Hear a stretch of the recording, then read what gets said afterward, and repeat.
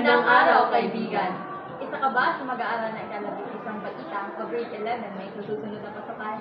At isa ka rin ba sa mga mag-aaral na hindi pa sigurado sa kung anong kurso ang kanilang kukunin sa kolehiyo? Kung oo, ay ang Gastran ang para sa iyo. Ano nga ba ang Gastran? Ang General Academic Strand, o mas kilala bilang Gastran, ay isa sa 4 na pang-akademikong tracks sa senior high school na idinisenyo para sa mga estudyanteng hindi pa alam kung ano ang saang larangan sila magaling at nababagay. At sa mga mag-aaral na nais magkaroon ng malawak na karanasan sa iba't ibang asignatura.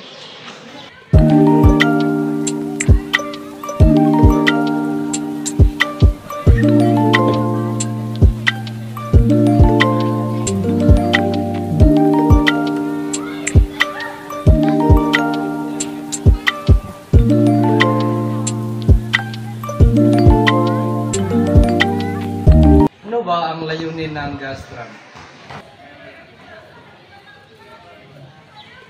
Binibigyan ng pagkakataon ng strateto na makapaglakbay ang mga mag-aaral sa iba't ibang larangan ng edukasyon at mas mapalawak pa ang kanilang mga kaalaman at kasanayan sa pamamagitan ng malawak na variety ng mga asignaturang nakapaloob.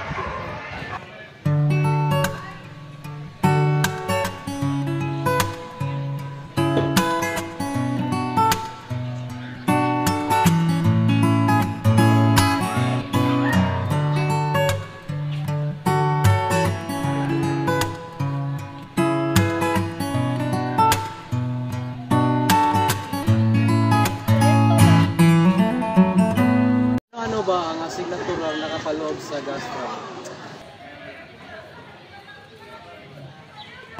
Ang bilang ng mga asignaturang pag-aaral at tatalakayin ng mga mag-aaral sa GAS ay nasa sa 3 pangkat. Ang mga core subjects, mga applied or contextualized subjects, at mga specialized subjects.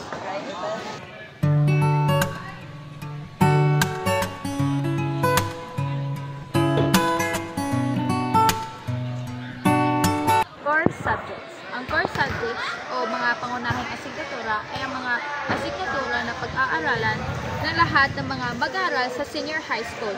Ano man ang kanilang napiling career track o learning strand, maaaring mong isipin na ito ay katulad ng general education na mga asignatura na karaniwang kinukuha ng mga mag-aaral sa kolehiyo sa una o ikalawang taon ng kolehiyo.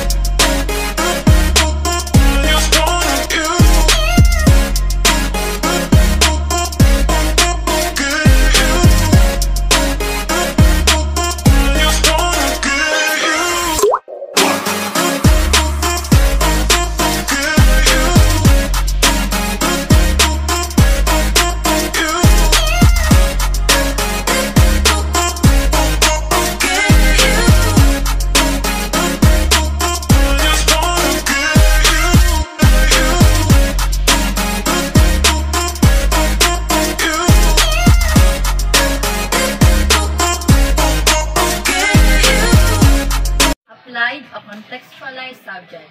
Ang mga applied o contextualized subject ay mga asignatura na kukunin ng lahat ng senior high student. Gayunpaman, salungat sa mga core subject na nilalayong saklawin lamang sa pinakapangunahing mga paksa. Ang mga applied subject ay idinisenyo upang tumuon sa mga particular na aplikasyon ng ilang mga asignatura sa napiling career track o learning strand ng mag-aaral.